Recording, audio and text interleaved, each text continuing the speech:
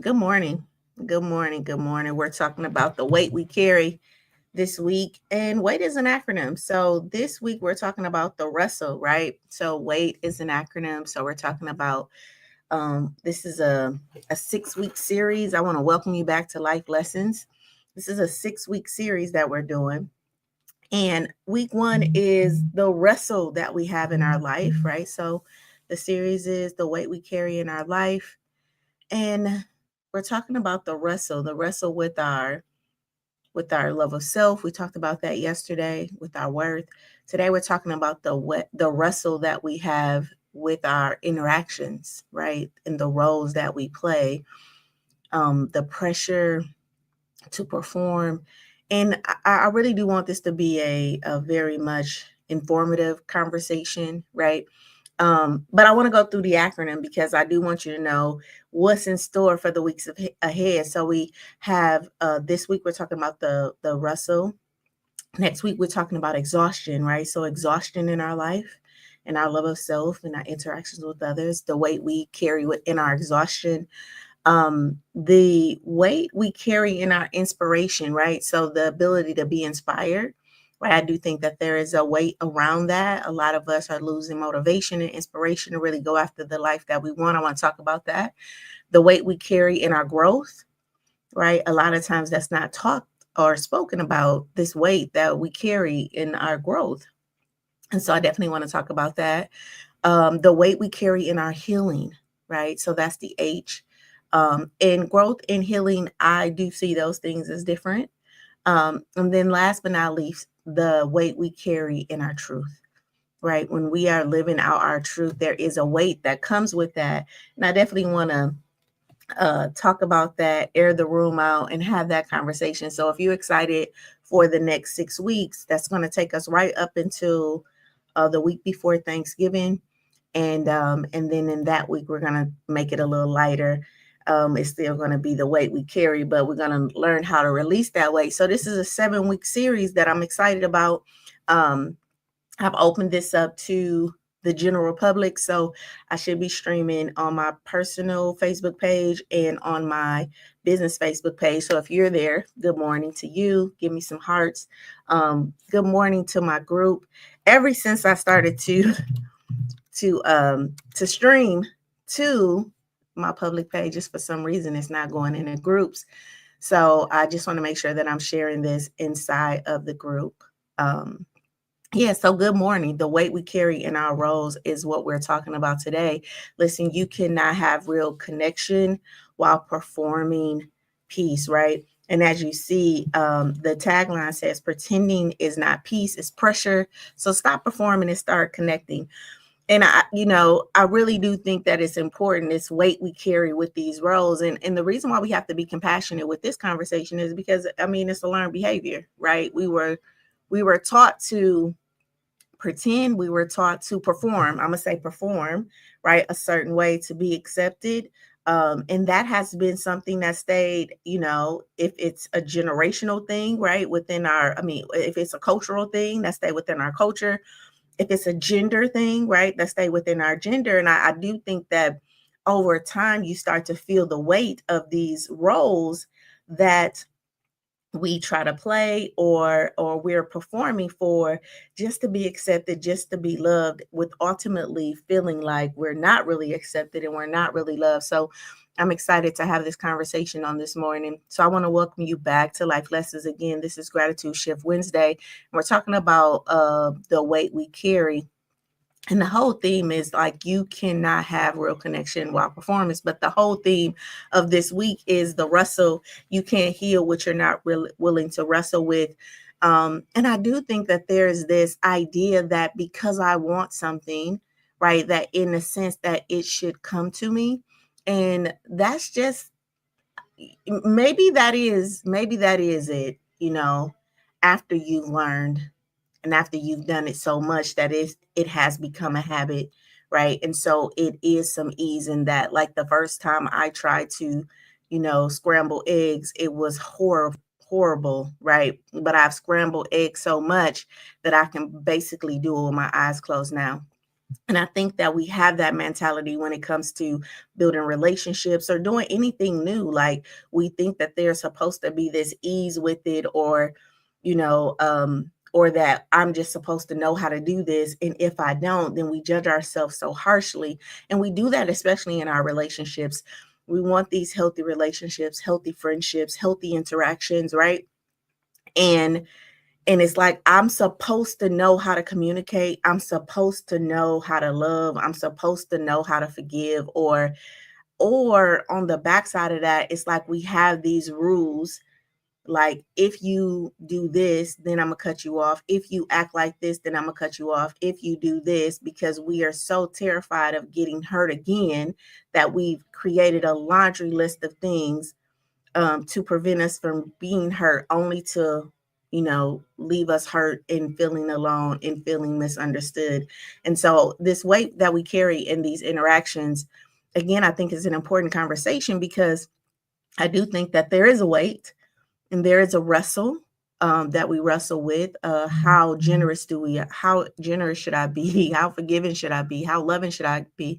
And I think that's why we started off yesterday with the conversation about love of self. And I really love the acronym of life, because it all starts with you, right? Like, how you treat you.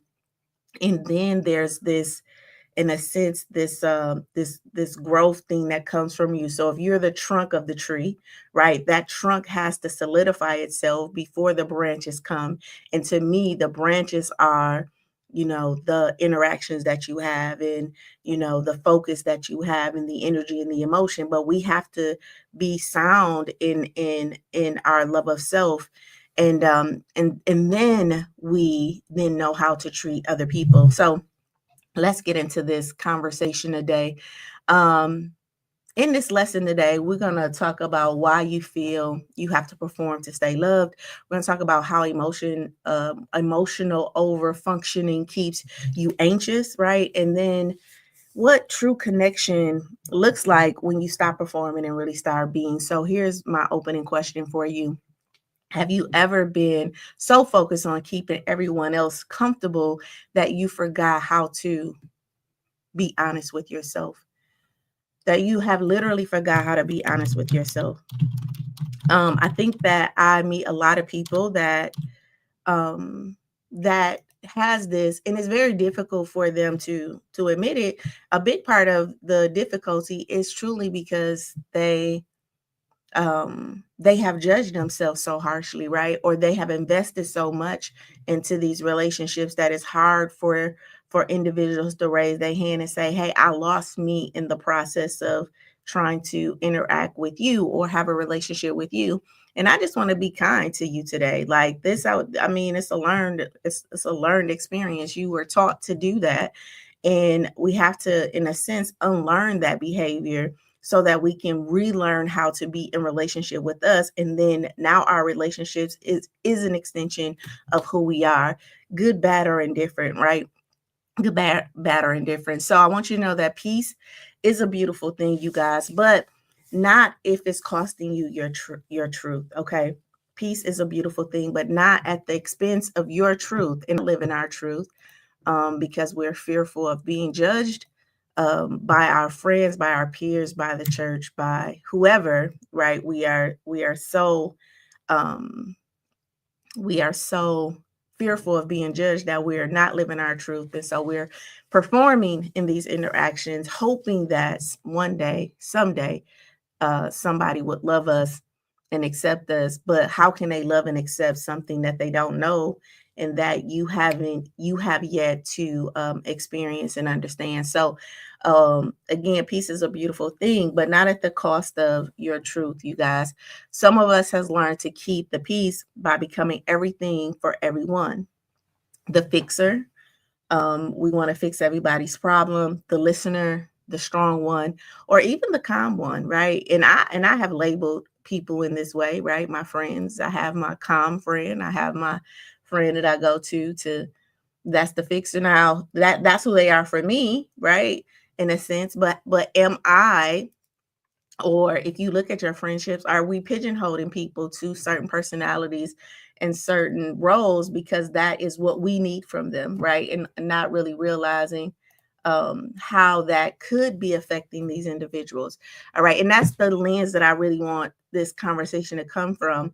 The roles that people carry, are these roles that we have given these individuals, or that the roles that you carry, have you just taken on these roles? And now it's time to really evaluate to see if this is still what you want. Okay. So again, some of us have learned to keep the peace by becoming everything else for everyone else. But that kind of peace is performance, you guys. It's not true partnership. And today, what we're going to try to do is to unlearn this lie that love requires you pretending. All right.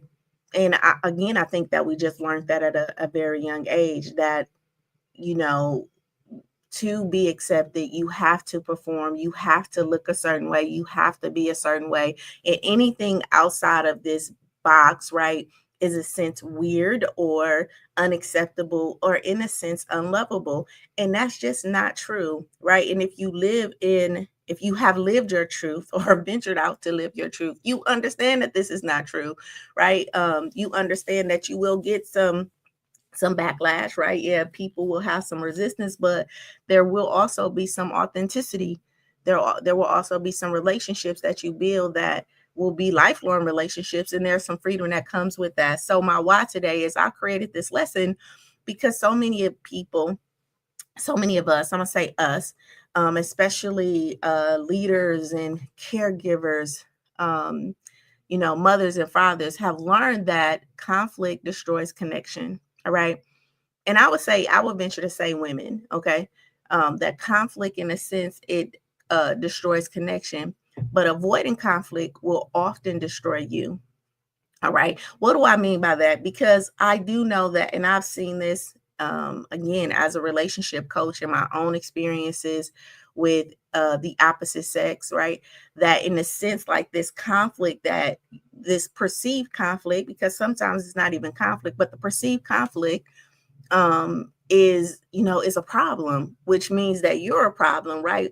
And in the consequence, in that in trying to avoid that conflict with our friends, our family, right, we will silence ourselves. All right.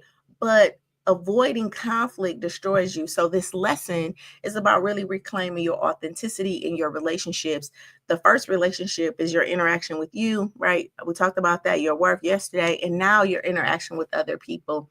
All right. So again, this lesson is about reclaiming your authenticity in your relationships, where peace doesn't come from performance, you guys. It comes from your presence.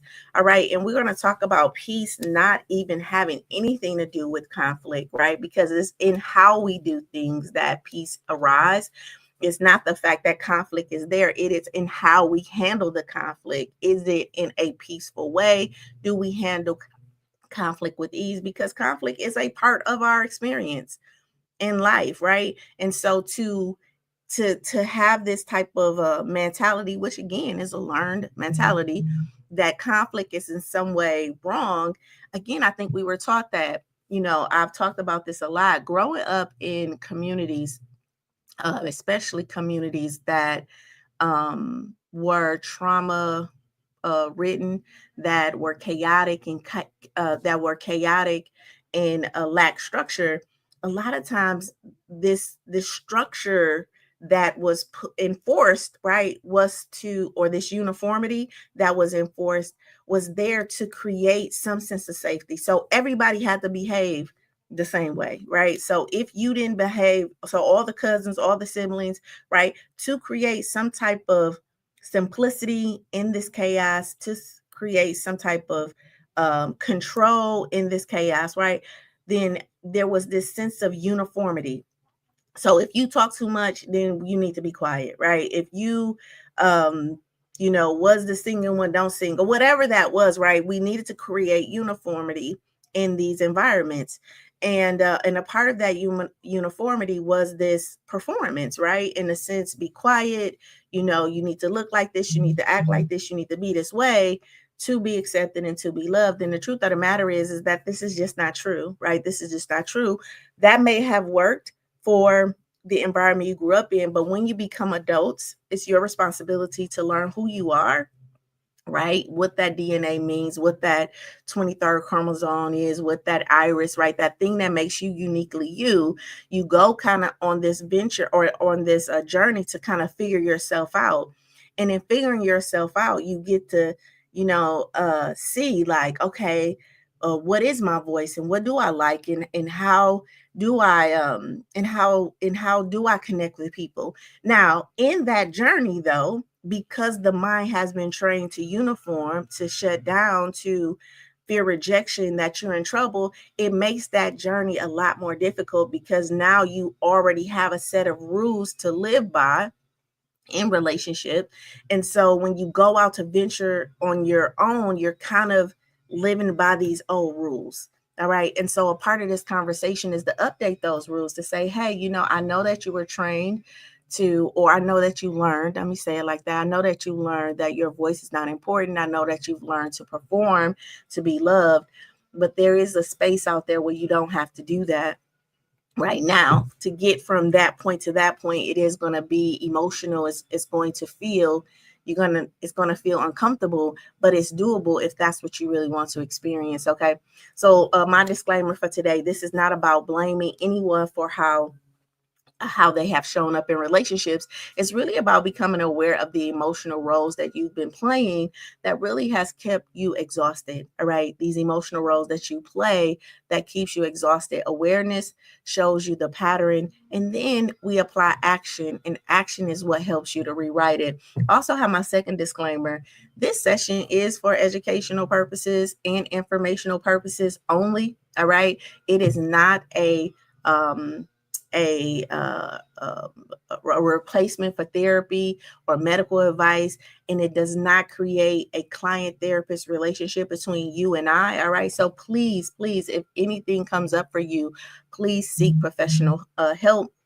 If you need personalized mental health support, if this message or this lesson triggers something in you, I would say, hey, go to Psychology Today or Practice Better, or Better Help, and look for a therapist, right? To talk about, if you feel like you've already been to therapy and you want to move your life forward, I would say that is why I have the Project Life that you can join, or other coaches, right, to really help you by holding a space for you as you grow. All right. So good morning. Good morning again. It's Gratitude Shift Wednesday.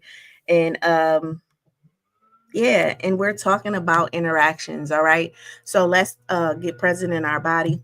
It's some lawn care going on out there. So if you hear that, uh, I'm not gonna. I mean, you're gonna hear some lawn care because my yard is getting done in the yard across the street.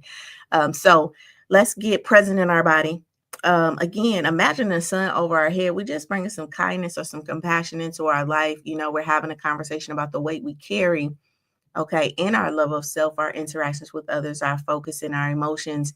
And I think that when we have those type of conversations, we definitely want to set an intention, right? And the intention today is to be kind, right? To be kind to ourselves, because we only know what we know until we know something different. This lesson is truly here just to bring awareness, right? And if you want to further the experience, then get a coach and get a therapist. But while we're in this experience, let's be kind to ourselves. So again, the sun is above us, beaming down on us, and it is pouring down kindness into our bodies, or activating kindness. And we're gonna, just like you would pour water in a pitcher, the water starts at the bottom of the glass and it fills up that way. So that's how we're gonna fill our body up. We're gonna fill up from our feet. All right. So up our legs, our calves, okay, um, our thighs, right? Just up our bodies, right? Just this golden warmth, just of kindness, just feeling every cell, every atom in our body. Okay. Up our torso, up our spine, which is our nervous system, vertebrae by vertebrae, right? Just straightening up our spine, this thick warmness coming through our bodies, coating our organs, our lungs, right? Just filling our lungs up, our stomach, our digestive system, our large intestines, small intestines, right?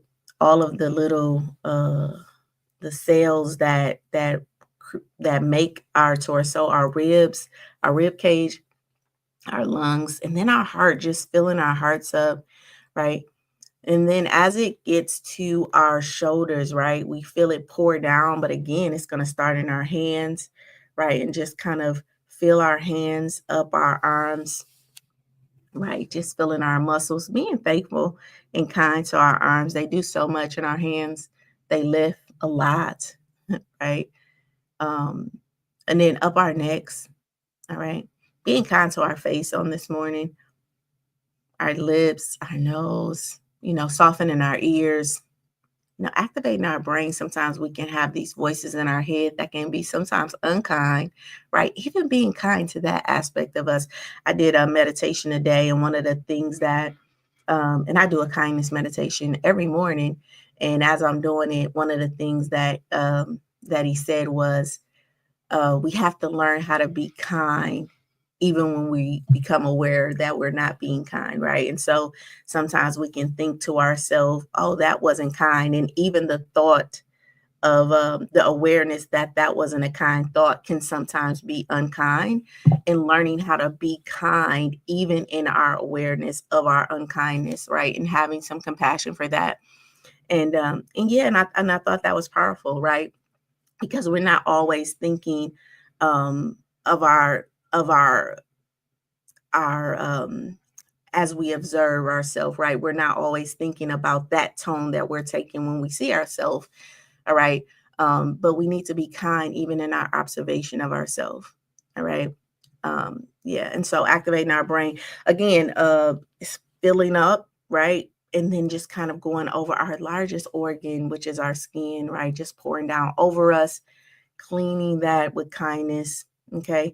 And then taking a deep breath, just breathing in and releasing. Okay. So drop a word in the chat. Let me know how you're feeling on this morning. I am feeling peaceful on this morning. I woke up. My son has he has, I think, what is it called? He's in 11th, but he has a half a day of school because they're conferences. So we talked about that on this morning. So I'm kind of feeling a little peaceful. A lot is going on as I transition. But I mean, I feel pretty good. How do you feel on today? I'm excited about this series though. I've read over the material, I've read over the workbooks, and I'm really excited about even discussing this conversation. All right. So who is this session for today? This is for you if you are the peacekeeper, are the fixer, and are the strong one. You have labeled yourself as that. This is for you if this is for you, those people who smile while you're tired and agree when you really want to say no. So you say yes, but you really want to say no. All right. This is for anyone who's learned to equate being easy to love with being easily silenced, or the person who's like, I just didn't want to go through the conflict, so I'm just going to be quiet, right? Who learned that. And this is for you if you're ready to build connection that doesn't really cost you your authenticity. So I know that there's a lot of conversation around getting back to who you were, right? And I always talk about like this healing. What is that, right? Because I people always say, like, I want to go back to when this, and I want to go back to this. And I always say that um that to me, what the healing process or what trauma did is just say, like, if you were, I don't know, you know growing a planted a tree, okay? And then, like, the trauma to me is like a brick or a slab of concrete or something being put over that and stifling the the actual tree from growing, all right? And then our job is to, in a sense, get this concrete out the way so that the tree can what can start to grow again, right? Can start to finish off what it started. All right. And I think that we need to keep that in mind when we're thinking about our growth process. A lot of times when the trauma came, what happened was it affected our growth. It affected our growth in how we understand ourselves. It affected our growth in how we interact with other people. And it affected what we focused on and how we manage our emotions. All right. So when we're going to therapy and things like that, it's as if we're removing right? The concrete, or we're addressing the trauma so that we can start to grow again. All right. And I think that when we can take that position, I think it's not as heavy, because it's not about going in a sense fixing us, right? Because the that brick or that concrete that got into place, it just halted your growth, and then you became patterned in a sense by your environment, by the people around you, right? And so we have to unlearn that pattern so that your natural rhythm can come into place. And a big part of this is that you probably never learned your natural rhythm. And that's what I'm trying to get to. Right. So a lot of us is trying to get back to a place, but maybe you didn't even know what your natural rhythm is, because the trauma happened so early that you never really got introduced to yourself. And so all you know is what your mom taught you, what your grandma taught you about you, what society taught you about you, and you have yet to really meet you. All right. And this is why we have to be generous and kind with ourselves, because a lot of us, that experience happened so young that we don't really know, right?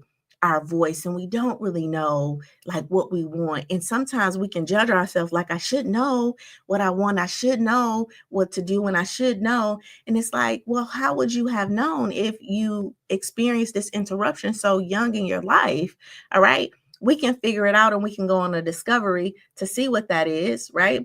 As we start to move back this trauma, or heal this trauma. And that's why I say that there's a difference between healing and growth, because a lot of us got stunted at such an early age that all we know is what people told us about us. All right. And so it's important that we go on this personal journey of who we are, right? And what we like. And that's why it's so important to interact with more people, right? And not have this no new friends thing, because when you start to interact with more people, then as you interacting, you're being exposed to different parts of you. And you could say, oh yeah, I really like singing. I didn't even realize I would like karaoke like that. But, I went to a karaoke thing and I found out that I really like that. Or I didn't even think that I would like arts or whatever. But I realized I went to this art show and I really liked it. And I think this is also what college exposes you to, right? So when you go on this college campus or any type of environment, right, exposes you to different aspects. And when you get exposed to that, it's like, oh man, I didn't even really know I like psychology like that, or the way people minds work. Like I'm very into that, right? And so it's just so important that we go on this journey of discovery and not just uh, be stuck in what we think we are. Hold on one second. Just be stuck by what people told us we had to be. Hold on.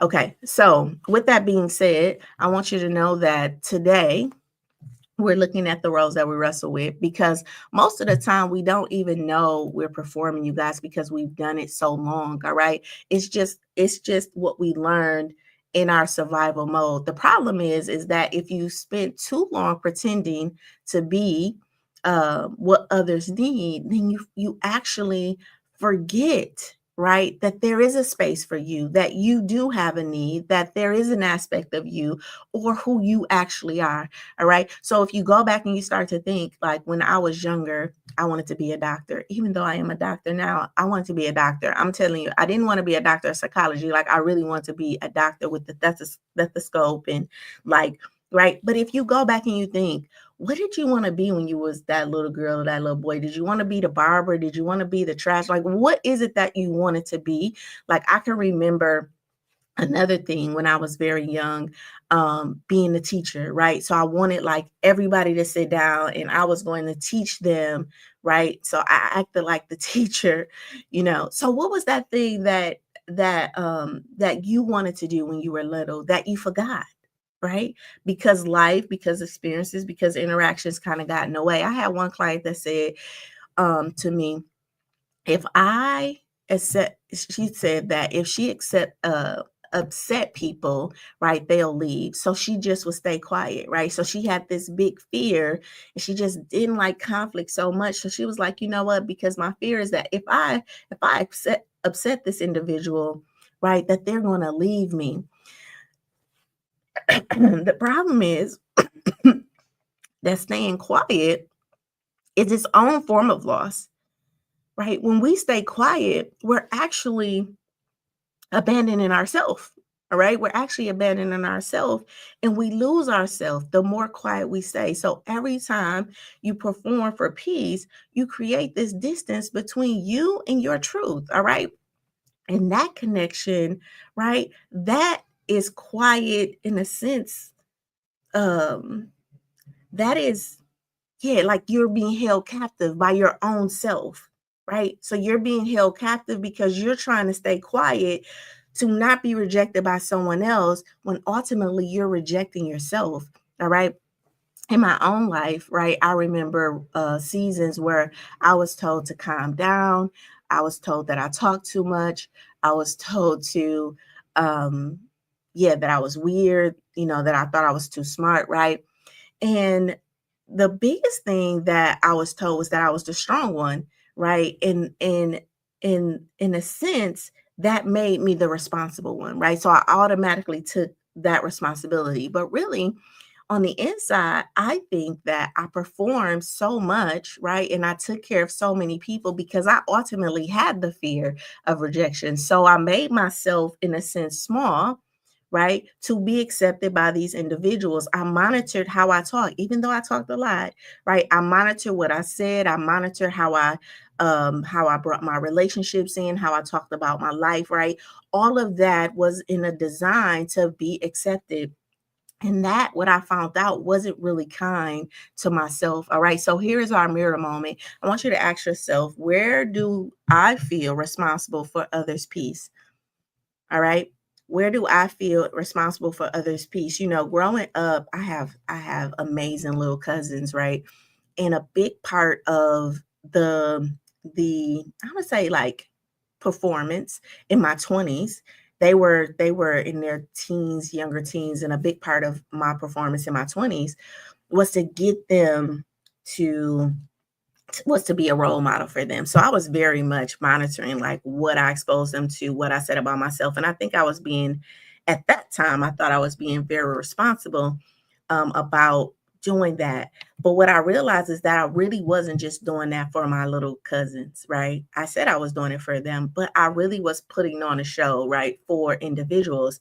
And as I started to work with people and become, more, became a therapist more, and then became a coach, I realized like, oh, yeah, I have really been judging me harshly. And I've been really saying, or putting this face on. And the more I could see other people doing it, it was like this reflection for me. And so one of the things that I do and in the work that I do with individuals is like, what type of life do you want and who do you need to become? And being kind, because I do feel like that behavior, right, that is a learned behavior, right? I was taught to do that as a little girl. I followed that role when I got into my 20s, right? And then into my 30s. And then I started to unbraid myself from that in my late 30s and 40s. So I want you to ask yourself, where do you feel responsible for other people's peace?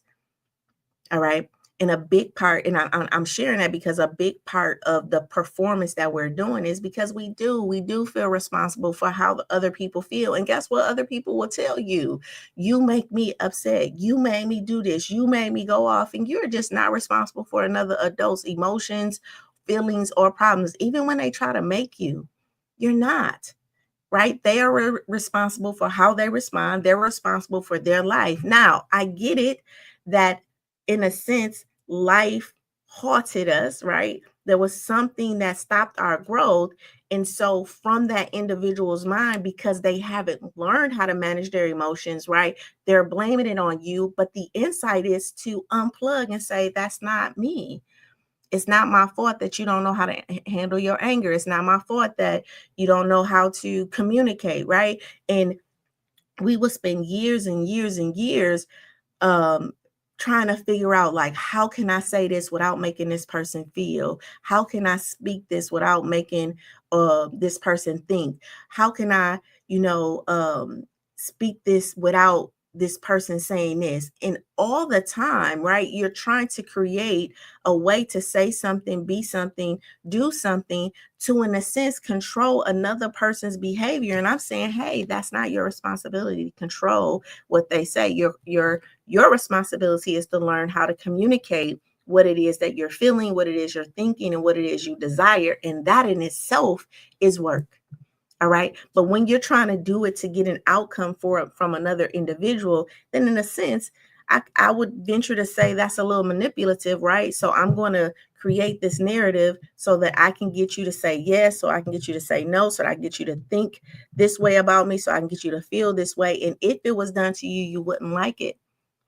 All right. So this being responsible for how other people feel is like a ripple effect. All right. So I got 5 truths that I want you to talk about that's really anchored in this wrestle with our roles. All right. Pretending to be okay is emotionally over functioning.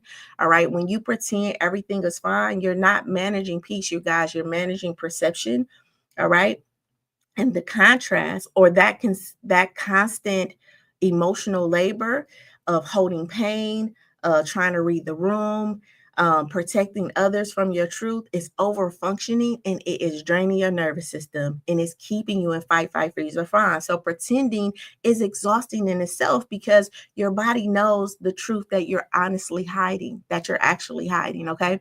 Number 2, peace that requires silence isn't peace, you guys, it's performance.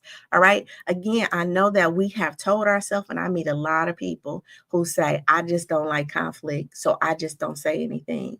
But know that that silence isn't peace. So I'm just trying to keep the peace, so I'm just not going to say nothing. That is not true peace, you guys. It's performance. All right. So if you're staying at peace, okay, um, if you're saying that at peace means swallowing your truth, that's not peace, that's suppressing. You're suppressing your emotions, you're suppressing your thoughts, you're suppressing your feelings. Real peace includes, guess what? Your voice. Real peace includes your feelings, and real peace includes your boundaries. All right. Performance peace, though, it will keep everyone else comfortable except you. All right. So I want you to think about that. When you are saying, I don't like conflict, I don't want to bring this up because I don't want this, what you're keeping everyone else comfortable, but you're still wrestling with that thing on the inside. All right. And maybe your environment is not the type of environment where you can talk about that. And I do want to give this caveat. So maybe it's something that you go out and you get a therapist to talk about that, right? Or you join a group to talk about that. But at some point, you're going to have to speak your truth and learn how to speak your truth. And it may not be with the people that you're currently in the environment with, but you do. And I would say you are responsible for, getting the help that you need to get that, to bear your truth, right? And understand those emotions. Number 3, you are not responsible for everyone else's comfort. Listen, you can be compassionate without being controlling. Other people's discomfort, all right.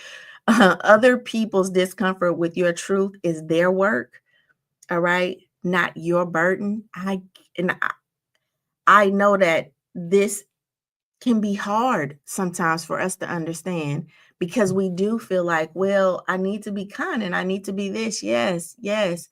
But because, and this is when I say that, so there's this term, disadvantaged population, right? So a lot of times as Blacks, we're considered disadvantaged populations. A lot of times income wise, right, we're considered disadvantaged populations. By gender, right, we're considered a disadvantaged population. I want you to think this disadvantaged word, and it's a lot deeper than just economics, color, and race. It's also context of who we are. All right. And a big disadvantage is that we couldn't live our truth for a long time. All right. Our language was stifled for a long time. We couldn't read for a long time, right? There was this emotional trauma that happened, right? So that created a disadvantage that your that created a disadvantage in itself. So when you're going to talk about your truth, I want you to think about we talk about genes being passed down, like diabetes and high blood pressure, and they ask you like, did that run in your family? Do does high blood pressure run in your family? Or you could look at a person and be like, oh, you got your dad's nose or you got your mom's ears and things like that. What I think that we don't realize is that emotions pass down and experiences pass down too. All right. And trauma. All right. So that fight, freeze, or fawn that I talk about in the nervous system, it doesn't always have to be yours, right? It could be your grandmother's or your grandfather's trauma, right? That in a sense, your body, right, is feeling. And this is why it's so important to take the driver's seat, right? And start to drive the vehicle, right? And just not allow these emotions to come up or these feelings to come up, because if you allow, in a sense, if you start to allow these things to happen, then you're not in control of your life. All right. And it's so much that has been passed down that's not yours. Right. So, this experience about waking up and being present is truly about claiming your life. All right. It's about really creating space for you to exist, because so much of our life is not, in a sense, ours. All right. So, when I say you're not responsible for everyone else's comfort, guess what? You're not, right? Especially in this journey of healing, right? At some point, you're going to have to make other people uncomfortable, all right? And that is just a part of the growth. And that comes with feeling a level of rejection from these individuals that you feel uncomfortable. Because if you've been one way all this time and now you have chosen to change your life, then everybody is not going to buy into that. Everybody is not going to like that. And because they're not, then guess what? They're going to reject you. And that's not going to feel good. Now, at that point, you have a question. Do I continue to live this life and figure out myself and create the space for me and become the captain of my ship and the driver of my ship and learn me and face their rejection? Or do I continue to reject me, right, to save face with them? All right. Listen, taking ownership of other people's emotions keeps you trapped in anxiety. It keeps you trapped in fears of what you don't want to experience. And that robs them of the opportunity to grow too. All right. So this is why they have this saying that when you let your own light shine, you unconsciously give other people permission to do the same. It's so important that we know that when we start to let our own light shine and when we go on this growth journey, we are unconsciously unlocking that in other people. And yes, it's going to be difficult, right? But it's required for you to have the life that you want. Okay, let me go on to number 4. Your honesty might disrupt people who benefited from your silence, and that's okay. All right. So once you start to get honest and say, I'm really not happy. I really feel like this can happen. Once you start to do that, all right, that's going to disrupt other people, these interactions and these relationships that have been built from who you are today. All right. When that happens and that disruption happens, right? It's not going to feel good to them. And I just want you to know that's okay. All right. The moment you stop overgiving, the moment you start telling your truth, some relationships will shift. All right. Not because you're wrong, though. And that's sometimes how your body is going to interpret it. But it's not because you're wrong, but because growth removes their control. When you start to own your voice, when you start to take in your power, guess what?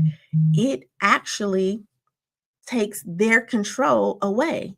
And people don't like that, especially people that you have allowed to be a certain way and speak a certain way and behave a certain way. Listen, honesty exposes imbalance. All right. And a lot of us are unhappy. A lot of us are weighed down, right?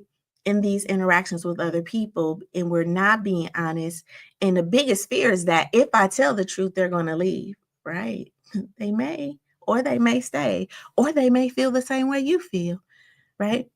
Right. But again, I'm not saying go to these people. I'm saying, hey, if that is a weight you carry, go to the therapist, right? Get the skills, understand you first so that now you can know how to deal with this relationship. And last but not least, oh, and in that, honesty exposes imbalance. And if someone can only love you because you're quiet, guess what? They never really loved you. They love your compliance.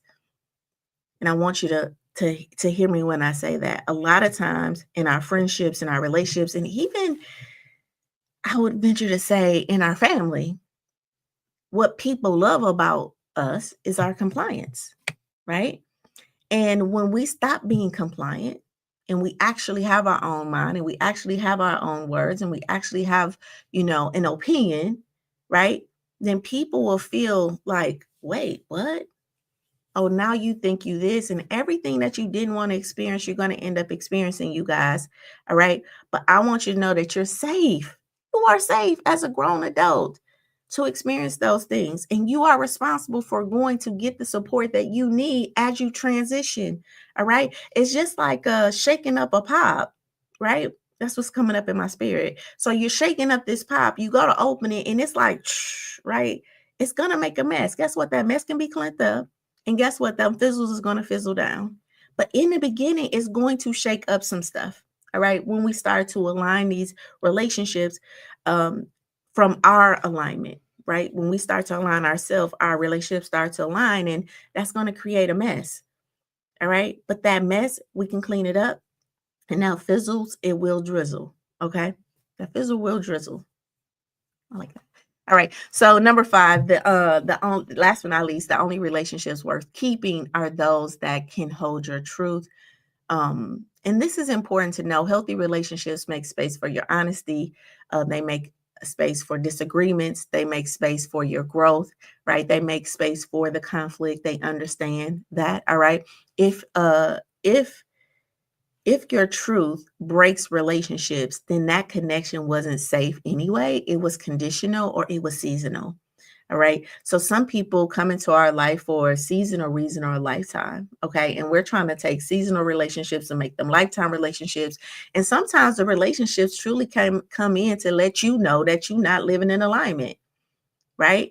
Or sometimes relationships come in to be a mirror for something that you really do need to figure out. All right. And that was the reason for that relationship. But because we put the relationship above all things, right? Even us, then we don't get the lesson. All right. Listen, real love doesn't just tolerate the truth, it transforms because of it. And the relationships that are supposed to stay, they will. Now, they may be some conflict, there may be some hard conversations, there may be some tears and things like that in the rebraiding, the unbraiding and the rebraiding, but those relationships will come back, right? More strong and even more settled. And I'm speaking that from experience. Now, I ain't talking about something I know. And I say that our cutoff game is just so like, oh, I'm gonna cut you off. I'm gonna cut you off. And on your way to growing and understanding you know, yeah, you're going to conflict with people and you may not talk, but there's going to be a natural progression for the people who's going to stay to come to you or to navigate towards you. And the people who don't, they will, it's like not watering the flower. The flower will eventually die. All right. All right. So where your attention goes, your energy flows, and your attention will start going towards the relationships that are aligned with you, not just in supporting you, but also where you can support them. Okay. All right. So last but not least, peace built on pretending always costs you more than it's worth. All right. So peace that's built on pretending is always costing you in the end. And one of the things I talk about in the stop and now method is this cost, right? This opportunity cost. Listen, the relationships that last are the ones where truth can be breathed, that truth can be a part of each breath. And guess what? That's a skill in itself. All right. Because when we're bearing our truth, it is like this. Uh, okay, I just got to be honest, right? It is kind of like this lift, and we're testing to see if the relationship can really sustain that lift. And each time the relationship is able to consume or handle that lift, it actually makes the relationship stronger because I was able to be truthful. I was able to be me. And in that, I'm able to see more of me, and we're blossoming as people, and we don't even know how great our blossom can be. All right. And a part of our relationships is supposed to be there to kind of support us in this truth bearing, right? And as we expose these truths, guess what? We get stronger for the next season, for the next opportunity. But if we are not in relationships that can handle our truth, then we feel this pressure to shrink, and we're not really blossoming, but we feel that, right? We feel that I should be, we live in these shoulda, coulda, wouldas, right? Which is not a good place to live, right? And so we need to be in spaces that can really support our truth, good, bad, or indifferent, because, we're not perfect, all right? All right. With that being said, I want you to know that you're wrestling with who you think you are to be.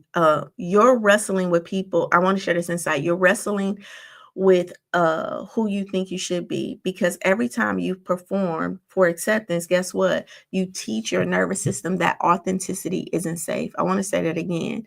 You are wrestling with who you think you have to be loved, because every time you perform, right? Every time you perform to be accepted, you're teaching your nervous system that authenticity isn't safe, something that your nervous system has already learned when you were younger. All right. Your body can't relax, and in relationships, your body can't relax. So in relationships, now there's this sense of I have to pretend. All right. Neuroscience calls this fawning. So remember, I don't know if you ever heard, like, it's fight, fright, freeze. Well, they added this fourth thing called fawning. All right. So it's fight, fight, freeze, or fawn. And you'll hear me talk about this. Fawn is a trauma response where your brain keeps you agreeable to stay safe. So it's the I'm going to go along to get along, right? It's the I'm the yes man. I'm saying yes because I don't want to cause any trouble. All right. All right. So this fawning is a trauma response. All right. So it's different from fighting, it's different from freezing, and it's different from flighting. It's that I am saying yes. I'm the yes man. I'm just don't like the conflict.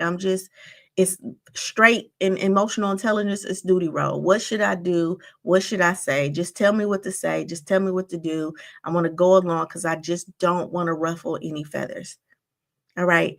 And that may seem like the answer in the moment, but what is it costing you on the back end to fawn through your relationships, to fawn in work, in your interactions with your peers at work, in your interactions with your family members? It's costing you something. All right. And it's just up for you to realize what that cost is. All right. So we're talking about interactions. All right. Interactions with other people. And I want to offer 10 additional things to really help you understand what these interactions really look like through the life lens. So people pleasing is not kindness, you guys. It's fear management. I always say that people say I'm a people pleaser. And I want you to know that people pleasing is a coping mechanism. It is a self-soothing fear management system. And we people please because we don't want to feel something. So I'm going to fawn, right? I'm going to please you so that I don't feel rejection. I'm going to say yes to you even when I mean no, because I don't want to feel judged by you, right? It's a very fish act. Okay. People pleasing is not, it has nothing to do with the other people. It has everything to do with you managing your own fear. So when you overextend or say yes, right, to avoid rejection, that's not love, that's self protection. All right. And a lot of times we will be mad at people and bitter at people. Right. And we're thinking they're making us do this. And it's like, no, no, you're doing that to yourself, right? It's your nervous system trying to keep you safe by preventing disapproval. All right. So true kindness flows from choice, not from fear, you guys. So if we really want to be kind to ourselves and others, then we have to, in a sense, learn how to manage our fears in a manage our emotions in a very different way. All right. Number two, authenticity requires boundaries. Listen, you can't be real if you're always available. All right. Boundaries are how you make honest honesty sustainable. All right. Boundaries is how you make honesty sustainable. They protect your time, they protect your truth, and they protect your energy. Without boundaries, authenticity collapse under pressure. Again, having boundaries is healthy. It's healthy to have the things that you're going to say yes about, the things that you're going to say no about. Yeah, that's based around your values, right? This is what creates yeah, this is what creates the rhythm. And this is what allows us to feel safe in our relationships. This is like, I know where the end is, right? Right? It creates a safety net. So when you say that I don't know how to have boundaries, right? Then that is a red flag that, oh, okay. So you feel unsafe. Because where is the line? And where is the yes? And what requires the yes and where what requires the no? And then what requires the K and OW? Okay. All right.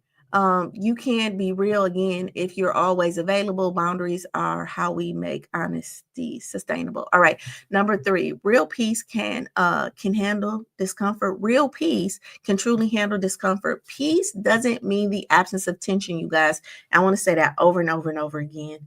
Okay. Peace does not um mean the absence of tension. It is the presence of your truth. All right. So if peace only exists when no one's upset, that's not peace, that's avoidance. All right? That is avoidance. Honest relationships, they grow through honesty. They grow through conflict. They grow through agreeing to disagree, right? And they grow through uncomfortable conversations. Every time they open a mouth, it's just not like, oh, we agree on everything, right? But there is a peace that's created here. The peace is already there. There's a peace in knowing that I'm gonna just talk about me and my dad's relationship. There's a peace in knowing um that if I call my dad and just say he done something that I didn't appreciate or I didn't like, that I can call my dad, have that difficult conversation with him, know that it's going to take a couple of days for him to consume it, for me to feel that. But I know there's a peace that knows that this is not going to break our relationship. There's a peace in my friendships that I carry that I can go to them in the good, the bad, or indifferent, right? There's a peace with my cousins and my family that I hold that's already there before the conflict. All right. And I'm saying that peace is the thing that that we bring, right? It's an understanding that we have, and it's based on our truth. All right. All right. So real peace can handle discomfort, and don't let nobody tell you that that's not true, because I know that there's this thing going around where it's like, be my peace, don't bring me no conflict. And I just say, as grown people, we really do need to monitor our ears. Like a lot of times, I think that as adults, we hear things like we're kids. So as soon as somebody say, I need to talk to you about this, or I have this I have this thing that I need to tell you. I think that people feel like I'm in trouble. All right. And because people naturally want to be right and they don't want to be in trouble, then they go into defensive mode, right? Because I don't want to get on punishment. I don't want to be in trouble. And I'm like, as an adult, you can't be in trouble as an adult. There is consequences to your behaviors, but the way a lot of times what I see, especially in my adult relationships, especially when I'm doing coaching or anything for a relationship, it's like if somebody try to bring up their truth or a disagreement, the other person feels like they're in trouble. And so that just automatically shuts them down. And that is very much something that we learn in our childhood, right? That you're going to get in whooping, you're going to get on punishment, right? And there's a lot of resistance around this idea of being in trouble versus my mate, my friend, my family is bringing me a concern. Let me hear that concern. And when I can take that, oh, this is a concern. Now let me open myself up, right? To hear what this person's concern is so that I can create what safety, so that I can create an understanding, so that I can see if I can provide a solution, right? And so when we can see other people's concerns, as insight and data that now I'm taking in to strengthen the relationship, then that's very different than hearing them from this place of I'm in trouble, because as soon as you hear I'm in trouble, you're going to shut down. All right. And again, peace is not quiet. All right. Real peace doesn't real peace can handle comfort. All right. Peace is not at all um peace does not mean the absence of tension, you guys. Okay. Number 4, you can be gentle and still tell the truth. Telling the truth doesn't have to sound like a confrontation. Telling truth doesn't have to sound like confrontation. Gentleness is about tone, not silence, you guys. When you pair compassion with honesty, your relationships actually deepen, not because you agree, but because you trust each other enough, all right, to be real. And I think that this is so important. I would say in my last couple of relationships, this was an issue, right? Like there was no space for both of our opinions to exist. There was limited space for my voice to be heard, right? There was always a challenge in my voice. And it's just like, no, this is not a healthy relationship, nor is this conducive to us growing as individuals. All right. So we really do need to know that we can be gentle and still tell our truth. And telling your truth doesn't always have to end in confrontation, and it doesn't have to be confrontational. All right. But just know this. I do have to say this. Sometimes telling your truth is emotional. All right.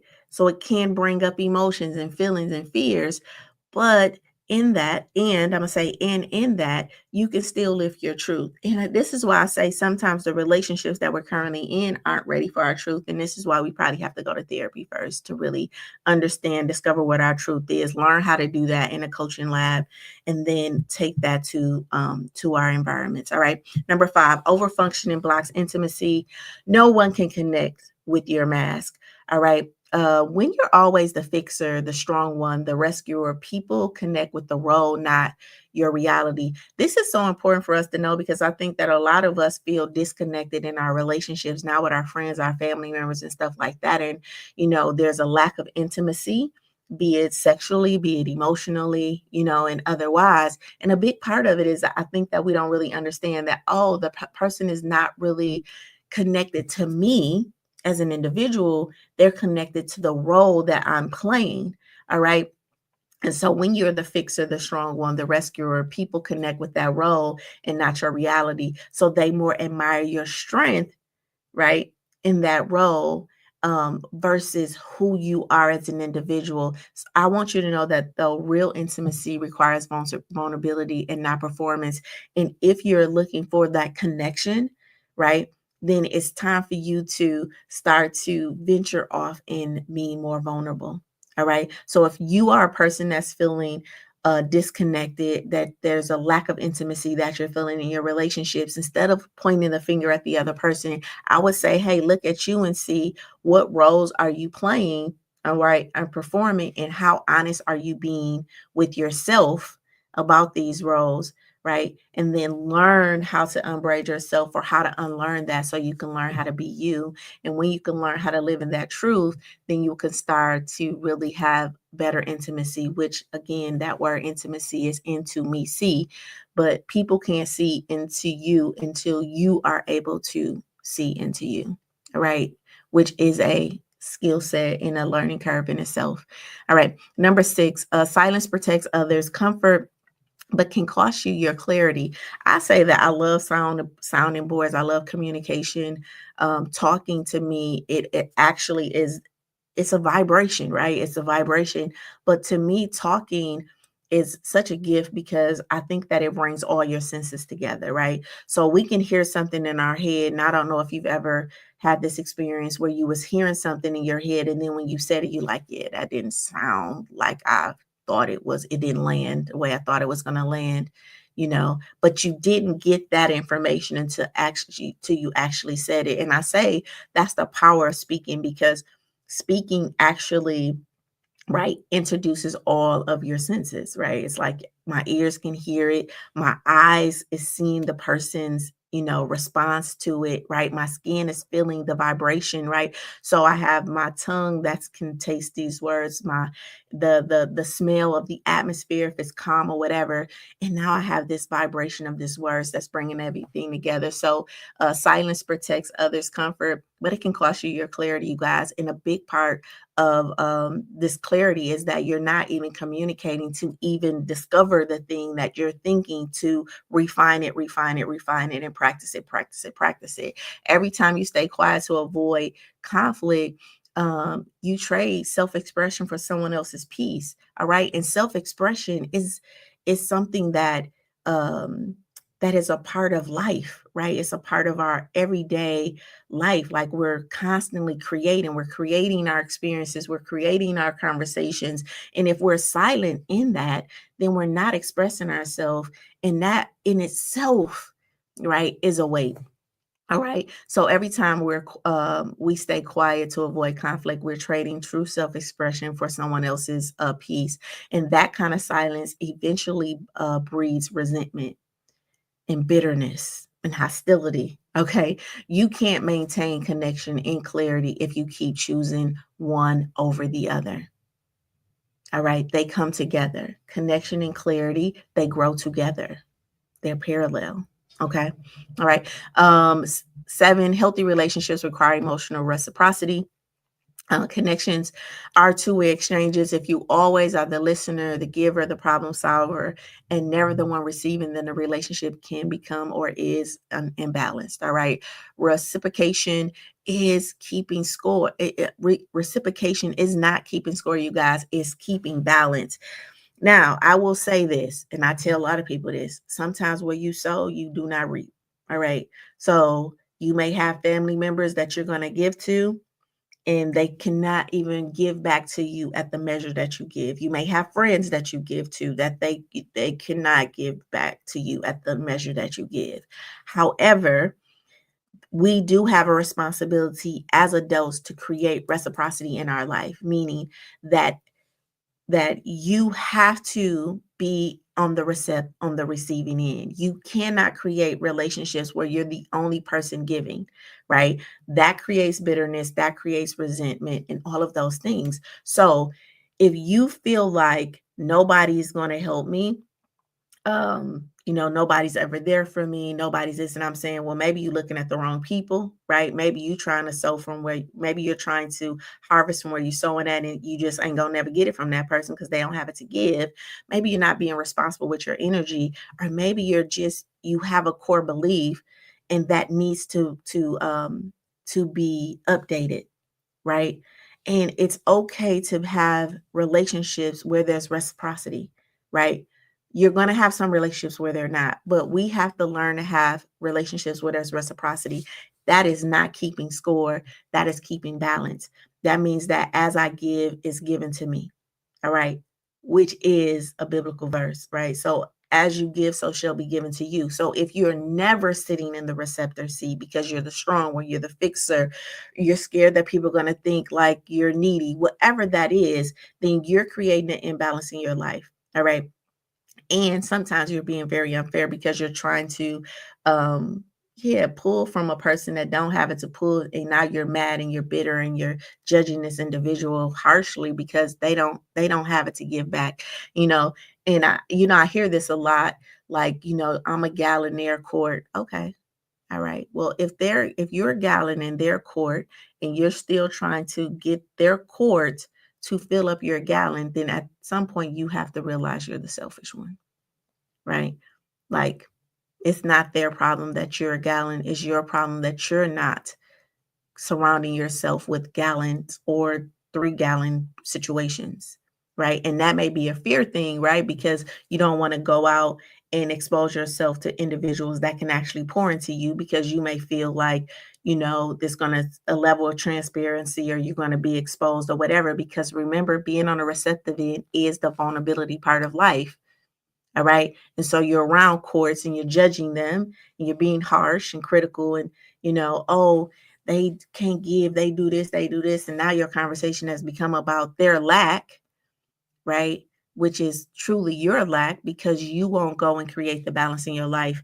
And I hear this a lot from people, and they're just like, we got to stop, doing that to each other, right? Go get what you need. And if you need help building the courage or the confidence to do that, then that's your responsibility to go out, build the community, get the help, get the therapist, get the coach, right? So you can build the confidence to go out to meet gallon people, 3 gallon people, ton people that can pour into you. All right. But life is about reciprocity. And if you're not getting it, then it's your responsibility to create that. All right. You teach people how to treat you by how you treat yourself. This is just yeah, this is just life, right? Every time you minimize your needs, you give other people permission to do the same. All right. Every time you minimize your voice and you say, I just don't like conflict, so I'm just gonna stay quiet. I just don't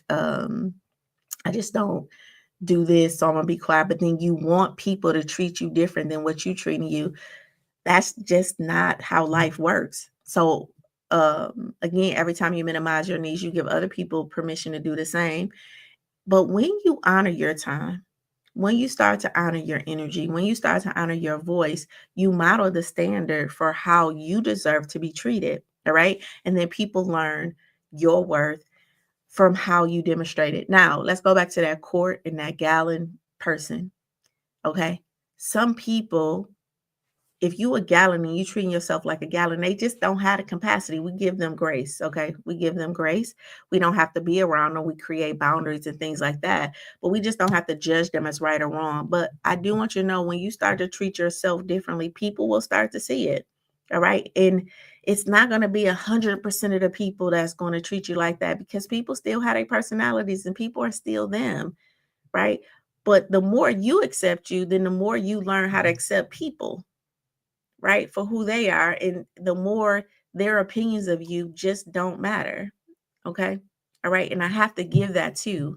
Right. So you can say you treat yourself good, um, and you require that from other people, but the only person you can require that from is you, right? Really, right? And the more you treat yourself like that, and the more you hold that, and the more you give people compassion, I have to add this, for them, their inability to do that, and then you create the boundary, right? Then the more you start to teach your nervous system that it's safe to be you, and then you'll start to attract, even from those people, a different level of measure. All right. And what I mean is that that person can definitely cuss people out every day, but when they see you, they like, oh, how you doing, Miss Little? How you doing? Like, you're going to pull that out of them, but that happens up over time. All right. Number 9, saying no doesn't break connection, it defines it. Okay. So a relationship built with no conditional agreements, right, isn't connection. It's a contract with compliance. Yeah, so when you say no, and the bonds remain, that is a true testament of love. But when you say no, right, and the relationship breaks, then that was never love. It was control. All right. There should be a safe space for no in any relationship you have. That's a relationship with a friend, relationship with a mate, right? Relationship with your family, even at work. Okay. Right. If all your relationships is predicated on you saying yes, right, then you have to go in and reassess those relationships, because your relationship should be able to handle no's. Okay. And then last but not least, peace built on trust lasts, but peace built on pretending, those are the relationships that collapse. So pretending is temporary relief for long-term consequences. All right. So sometimes we'll pretend, right, to be okay when we're really not okay. And eventually we'll see that, because that individual ends up, blowing up, or the relationship just doesn't work. Or these are the individuals that, will bring up the past and dig up stuff that sometimes has nothing to do with you. And sometimes it does. All right. So pretending is a temporary relief for long, pretending is temporary relief with long-term consequences. Truth may shake things up temporarily. All right. But it stabilizes them in the end, you know. And I have to say that, yes, the truth is going to sting, it's going to hurt, like it's not going to be received the way that you would like it to be received, but truth creates something in the nervous system. And when we can continue to create that in the nervous system, we will start to see evidence of it in our physical life. All right. So the more honest that you are, then it's kind of like you're literally doing a spiritual thing and an energetic thing and an emotional thing that ends up vibrating so much so that it becomes a solid. Okay.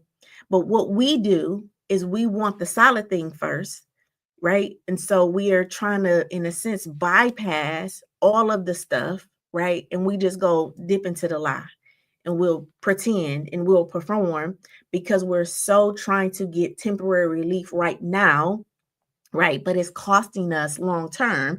So we don't have the long term relationships. We don't have the spaces where we can be ourselves. We haven't invested in those because we haven't invested in our truth. So if it's one thing I can just say that yes, the truth is going to affect some things, but it's a spiritual thing that's happening and it's a divine thing that's happening in your nervous system. So the more you tell your truth, right? The more you witness yourself telling your truth, like when you're okay, when you're not okay, regardless of how people are responding to it on the outside, which may not feel good, guess what happens?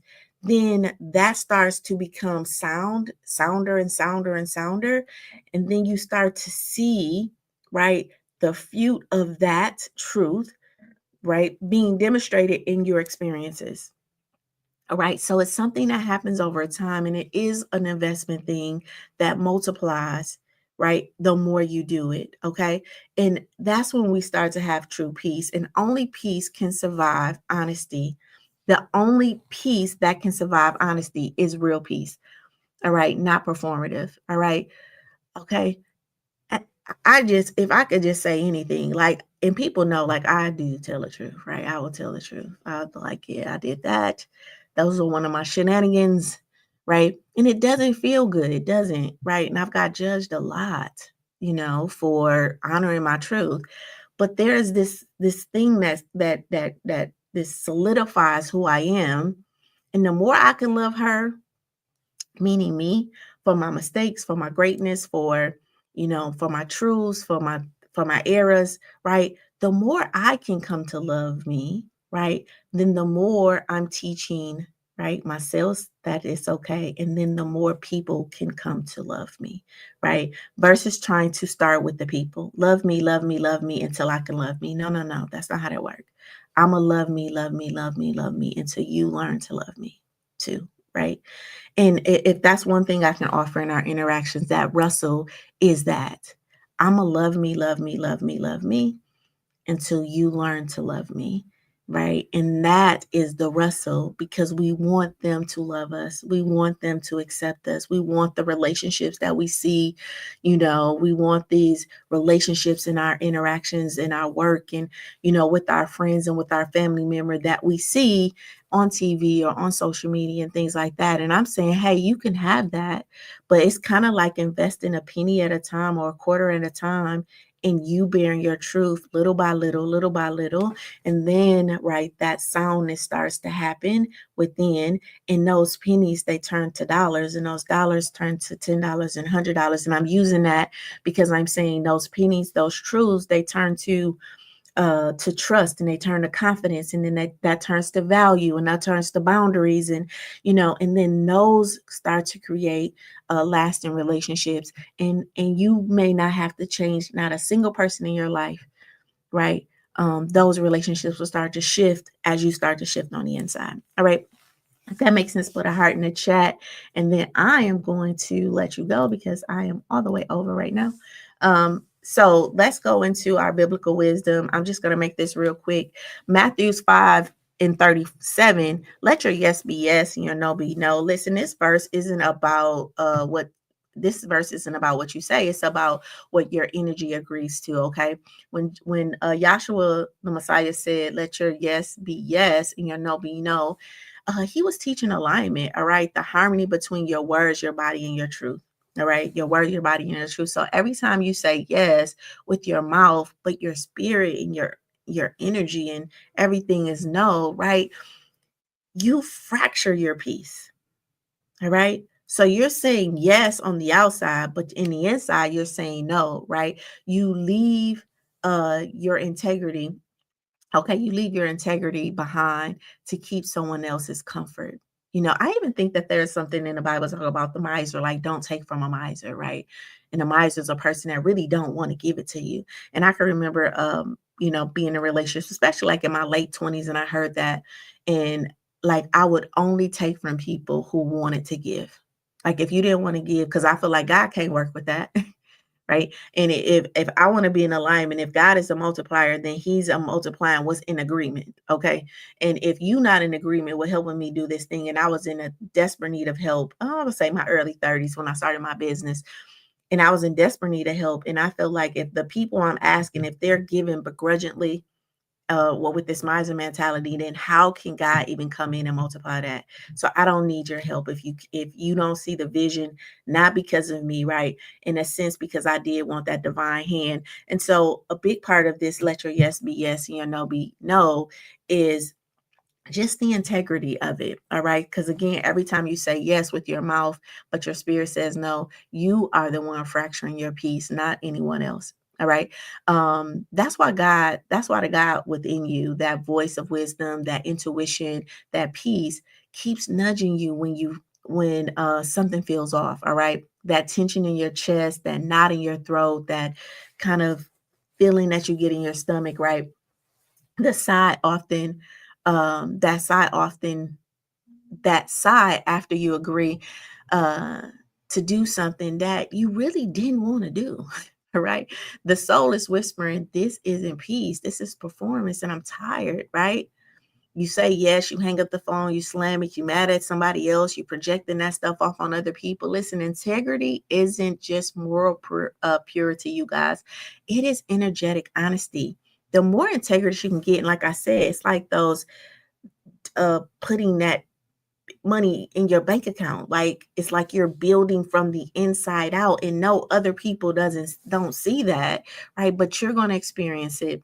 The more you can do that, it's when your interstate and so this integrity is when your interstate and your external actions are in alignment. So when your yes and your no match what your body and your spirit already know to be true. So integrity is when your yes and your no matches what your spirit and your body already know to be true, because God, the God in you does not believe in chaos. All right. The God in you is peace. All right. And peace lives in your truth. All right.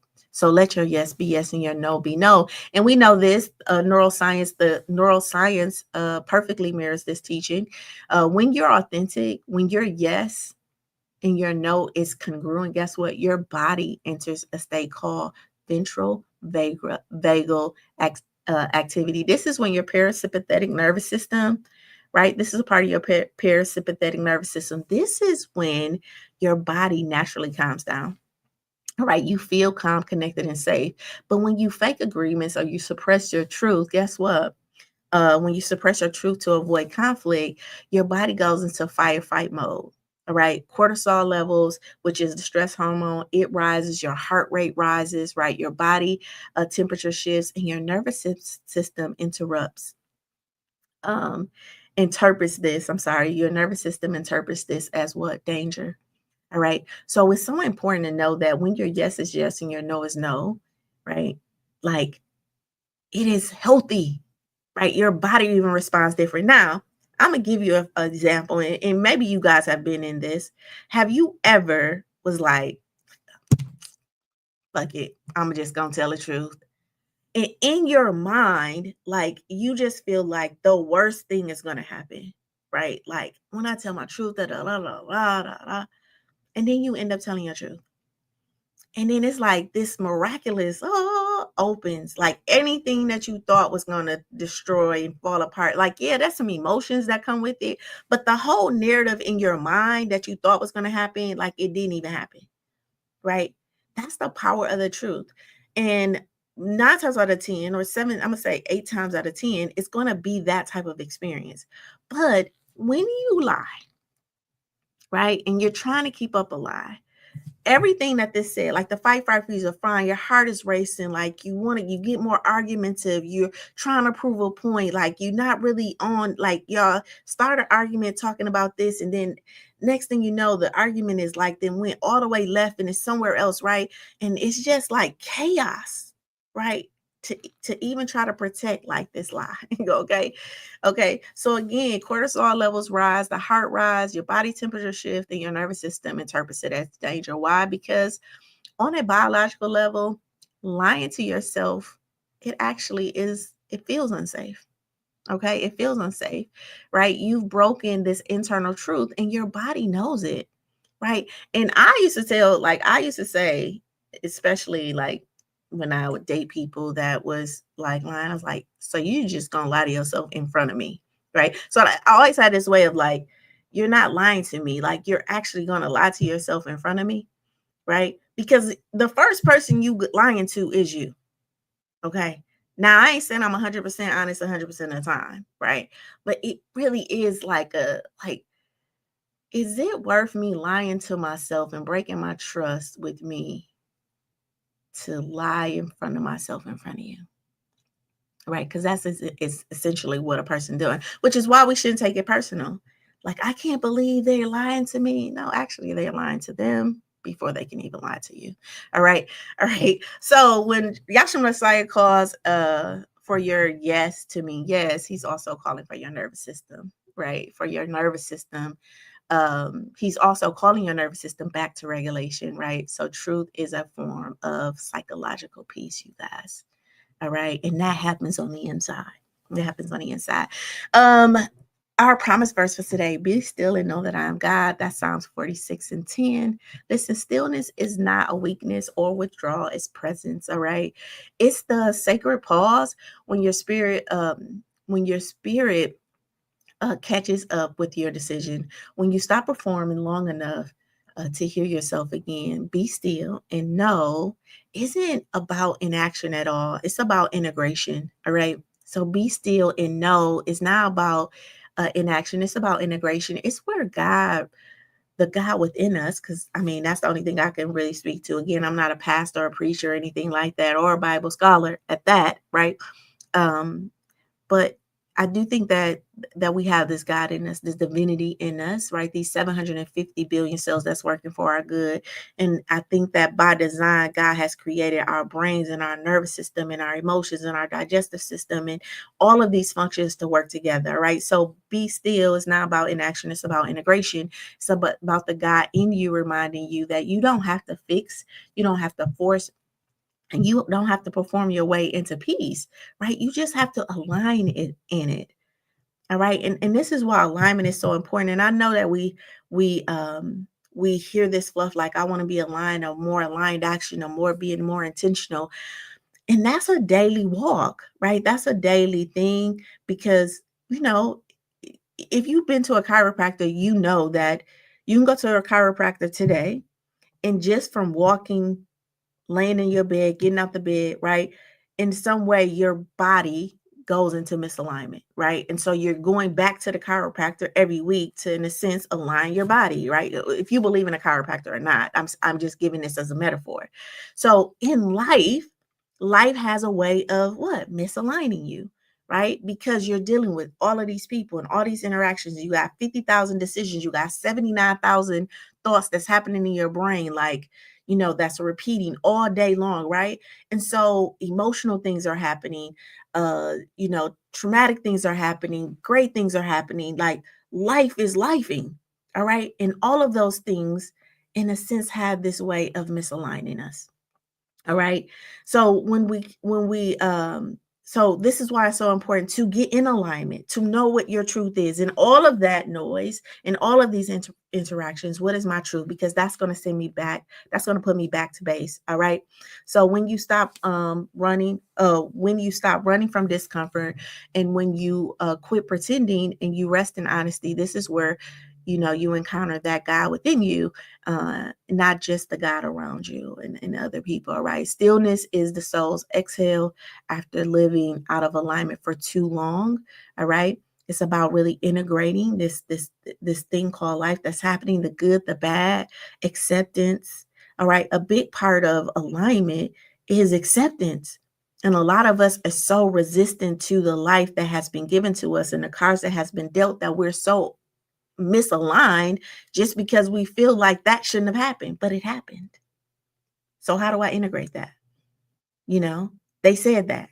They did that. You said that. You did that. So how do you integrate that so you can get in alignment with what your truth is today? All right. And this is why, like the living in the shoulda, coulda, wouldas can be so such an unhealthy place, and how we have to do some reconciling and some forgiveness, right? So that we can get in alignment. And a big part of that, um, living in your truth is this acceptance piece, right? And really asking yourself, like, what are you resisting so you can come to accept that thing? All right. Okay, so again, stillness is the soul's exhale. It's where awareness meets acceptance, and acceptance, guess what? That is where we start to invite peace. All right. So the neuroscience support for this verse, science calls it the parasympathetic response. This is where your body goes into rest and restore state. So when you practice stillness through breathing, through meditation, through prayer, or simply pausing, before reacting, right? Guess what? Your heart rate slows down, your cortisol levels drop, your brain shift from a survival centered a big amygdala to the reasoning part of your brain, which is your prefrontal cortex. All right. And then your vagus nerve sends a signal throughout the body that we are safe now. We are safe now. And the moment of stillness isn't that moment of stillness isn't spiritual theory. That is psychological healing. All right. It's God and your nervous system agreeing at the same time. Peace, be still. All right. All right. So here's your anchoring question. How does this verse help you see stillness, not as withdrawal, but as an emotional alignment to truth? Stillness isn't quiet or isn't quitting. Stillness isn't quitting. I'm sorry. It is stillness isn't quitting. It's quitting chaos. It's where your mind and your body and your spirit finally agree that peace isn't passive, that peace is powerful. All right. And it's when God says, you don't have to say yes to be loved. You don't have to perform to be accepted. And you don't have to rush to be worthy. Just be still and know. All right.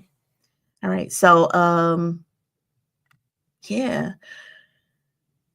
Just be still and know. So when your yes and no are honest and your body finds peace, when you stop pretending, your nervous system relaxes. And when you rest in that stillness, you discover that God was never outside of you, that God was always waiting for you to just quiet down long enough to feel him within. All right. So let's put today's lesson into practice. The wrestle with our roles. Um, I hope that this was a good conversation for you. If so, drop a heart in the chat. This is what I want you to do. I want you to notice one role you play that keeps you performing, either the fixer, the calm one, the listener, etc. And then number two, I want you to choose one moment today to speak honestly instead of automatically agreeing. All right. And then number three, and then I want you to see what that feels like. I want to add that to it because I think that, you know, I can tell you to do these things, but I don't want to bypass what's going to come up for you. So I want you to notice, right? What is the feeling that I have when I go to bear my truth? Now, that may be where the work is. And a lot of times I always say that procrastination, self-sabotage, they're more emotional things than they are anything. So procrastination has nothing to do with time management. Procrastination is an emotional issue, right? So my dissertation from Lemons to Lemonade was a study on how emotional intelligence affects procrastination, right? Um, and and one of the things that I learned was that that people who had high emotional intelligence, guess what? They tended to procrastinate more. You know why? Because emotional intelligence has five constructs, and one of those constructs in emotional intelligence is self awareness. And people who are self aware, who had higher levels of self-awareness tended to procrastinate more in that construct. And the reason why is because people who are tend to be self-aware, right, they tend to what? Be perfectionists, right? And so they tend to be hypercritical, hypervigilant, right? So a lot of us have high levels of emotional intelligence in these subcategories, and we have to learn the whole house, right? So we're good in the kitchen, but we're not very good in the bedroom, or we're good in the kitchen, but we're not really good at cleaning up the bathroom, right? And that's how emotional intelligence is. It's a house, and it has different rooms in it. All right. And so you can be very proficient in one room and not very proficient in the other. And to have a high level of emotional intelligence, we want to make sure that we're balanced in all our rooms. All right. I'm saying that to say that when you do this exercise while choosing one moment today to speak honestly instead of automatically agreeing, we're not going to judge if you can't do that, right? But we do want to know what you're feeling, right? What came up for you in your thoughts, what emotion came up for you, because that may be where the work needs to be. All right. All right. Number 8, reflect on how your body feels when you tell your truth. Does it feel lighter? Does it feel freer? Does it feel sturdier? All right. And this is where the work is. And again, like I say, I'm Dr. Sheila Little. I used to be a therapist for 20 years. I now work as an emotional strategist, business and life coach, right? Life coach being helping people in their love of self, their interactions with others, their focus and their emotions. But the emotional strategy is just that, right? Helping people to manage these emotions, because the life you want is on the other side of the emotion that you're feeling. If it's the fear, the uncertainty, the depression, the anxiety, right? We have to build different relationships with these emotions. And because we're not really emotional beings and we haven't been taught that, a big part of my program is helping individuals with that. So here's your journal prompt today. Where in your relationships do you feel you have to perform to be accepted? All right. Your affirmation for today: I am safe to be seen as I truly am. All right. And then your intention for today. Today, I choose truth over pretending and peace over performance. And then for the next 24 hours, if you want to challenge yourself, don't apologize for your no. All right. Let your yes mean yes and let your no mean no. If this message really helped you and you are feeling, you're feeling like this resonated with you and you're walking away with some insight, guess what? Drop a pie in the chat and let's celebrate our growth together. Good morning, Jay. Good morning, big little brother. How you guys doing? Right. Um, uh, just know that if you are ready to stop performing, you already know we have that Project Life. We're at SheilaLittle.com/life. If you haven't already, make sure you go subscribe to the YouTube channel at I Am Shaping Solutions, trying to get to those 1,000 followers. And if you want to be a part of this conversation that happens in the Elevate in Life group, make sure you go to Elevate in Life with Sheila Little. Okay. All right. Tomorrow we're talking about, it's Energy Audit Thursday. So we're talking about the wrestle with our bodies. It's on focus. All right. The wrestle in my body. All right. We'll talk about your body carries this weight of everything that you don't say. All right. Your takeaway for today: real love doesn't require you pretending. All right. Real love doesn't require you pretending. Real peace doesn't punish honesty. Today, give yourself permission to be seen, not for the roles you play, but for who you really are. All right. I love you. I love you. I love you. Remember, if you can shape it in your mind, you can have it in your life. I love you. And I will see you tomorrow for that life lesson. Thank you, Jay. Thank you. Thank you. You guys have a good day. I can't see my Facebook. So if you guys have commented in the Facebook on my page, I can't see it. So my apologies, but I will get back with you once I get out of this session or out of this lesson. You guys have an amazing rest of your day. Till later.